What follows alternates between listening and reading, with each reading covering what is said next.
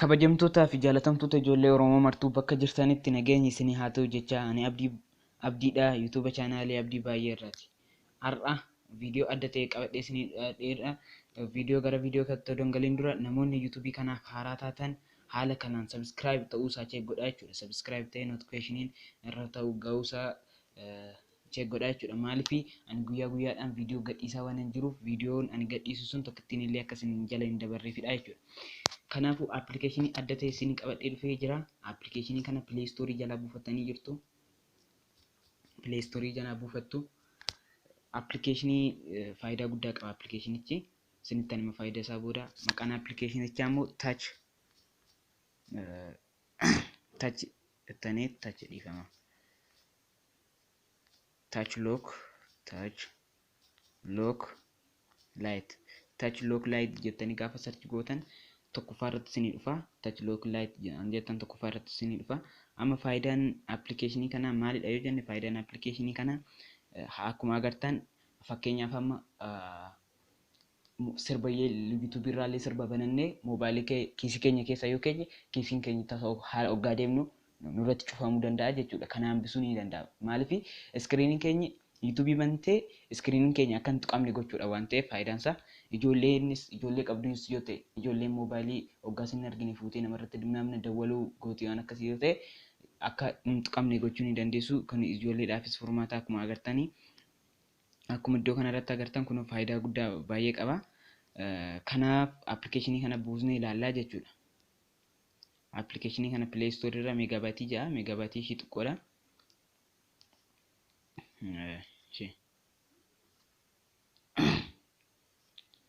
Akkuma agartan buusaa jira.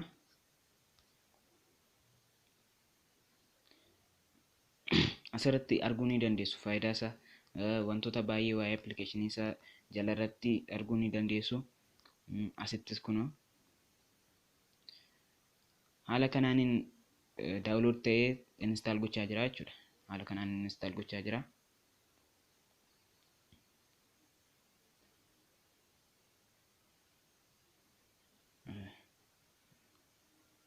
Amma instaal godhutti obsaan jedha.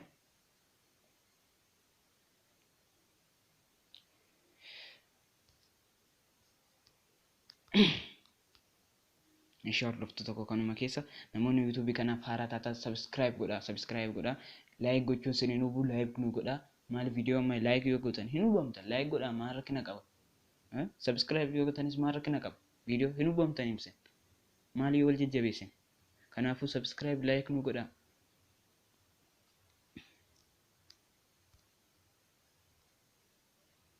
Ishee haala kanaan instaal godhee fixeera. Sana booda open jettuun asumaa gaafa open jettaniin haala kanaan isinii fidaa jechuudha. Haala kanaan gaafa isinii fidu amma bantu eegduu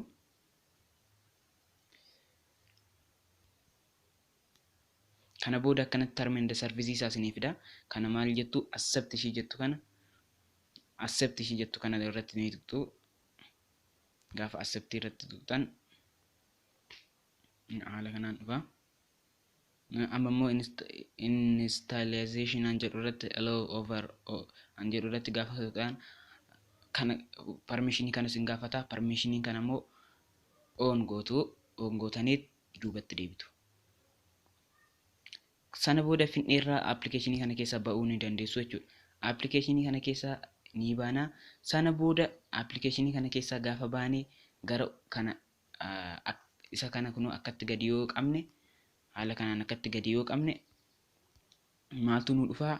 Kunoo permissionii wanni kanaan nu dhufaa jechuudha. Sana booda touch lock light an jedhu kana irratti tuqxu.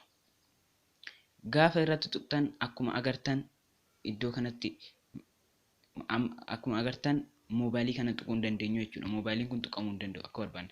Kanaafuu amma karaa tokko bichaadhaan moobaayilii kana banuu dandeenya. Karaa tokko bichaa. Innis karaa tokko bichaadha yuutuubii viidiyoo kana banuu hin dandeenye. Innis maal gochuu qabna? Si'a lama tuquudha jechuudha. Bakka nutti agarsiisu kana irratti si'a lama tuquudha.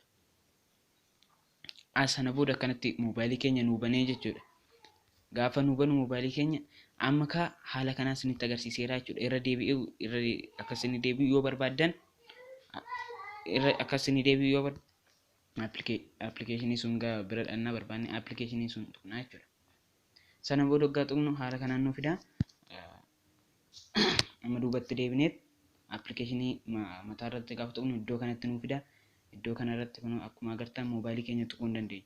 Sana booda iddoo kanatti mul'atullee namni biraa arguu hin danda'u. Moobaaluma jedhee yaada qarqara gara olii kana irratti kunoo waan xiqqoo sinii fida. Waan xiqqoo sin irratti si'a lama tuttu. Akkanatti sinii banamaa jechuudha si'a lama yoo tuttan. Kanammoo barbaannu piiniidhaan yookiin piiniidhaan qollofanna paatarniidhaan qollofanna si'a lama tokkoon barbaannu jettan immoo appilikeeshinii tuttu. Appilikeeshinii gaafa tuttan haala kanaan sinii dhufa. Sana booda maal gootu siitingii kana tuttu. Siitingii kana tuttu. Mallattoo siitingii kana akkasitti agarsiisa iddoo kana tuttu jechuudha. Siitingii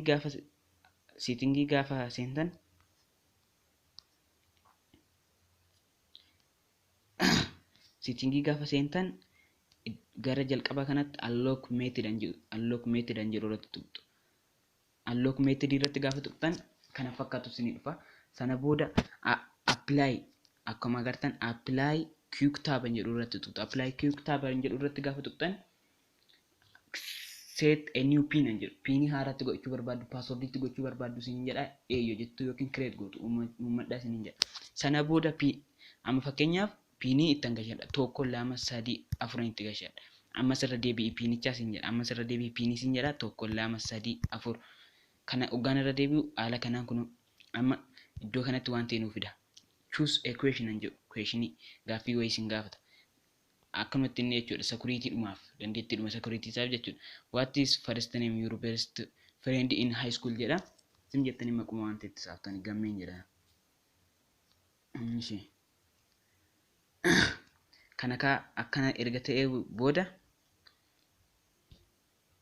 sana booda moobaayilii iddoo kana dhuftanii bakka jalqabaa sun dhuftanii moobaayilii keessan irratti tuqxu jechuudha. Sana booda cufame jechuudha moobaayiliin keessan ammas cufame. Moobaayilii kana banuudhaaf akka duraa si'a lama yoo tuqxan password sin gaafata malee sin hin banu. Isa duraa odoo ta'e kana amma maaliif fayyadamtu kunan sin rakkisu double tab sun si'a lama tuqan sun ijoolleedhaaf odoo gootanii ijoolleen bakka shiisun bartu wanni ijoollee qabaatan kanaaf si fayyada.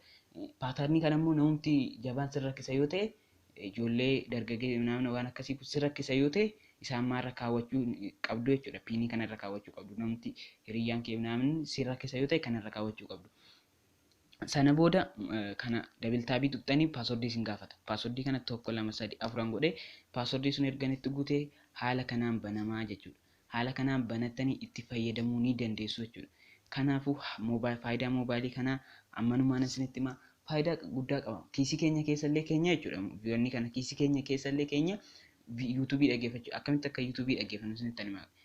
YouTube bannaa fakkeenyaaf amma YouTube bannee sirba tokko kana viidiyoo kana ilaaluu barbaanne yoo ta'e viidiyoo kana fakkeenyaaf kiisii keessa keenya ilaaluu hin dandeenyu YouTube amma kiisii keenya keessa yoo ta'e tasa kiisii keenya keessatti tuqamee qayyaramuu ni danda'a. Wanti nuti ilaallu sun qayyaramuu ni danda'a. Kanaafuu amma fakkeenyaaf sirba wayiin bana odoo ta'e amma ishee sirba odoo bana odoo ta'e sirba banee dhaggeeffachuu barbaade yoo ta'e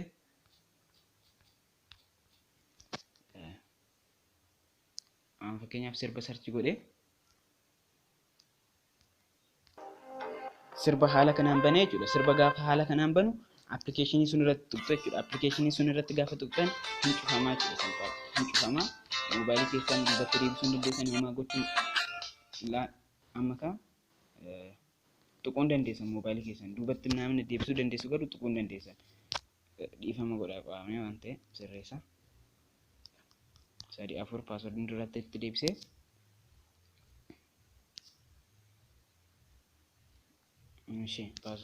amma sirba kanarratti tuqxu jechuudha. Sirba kanarratti gaafa tuqxan sirbi gaafa banamu irratti tuqxu kana gaafa irratti tuqxan sirban dhaggeeffattu garuu viidiyoo kana wanni kana tuttuquu hin dandeessan jechuudha. Kanumaan isinitti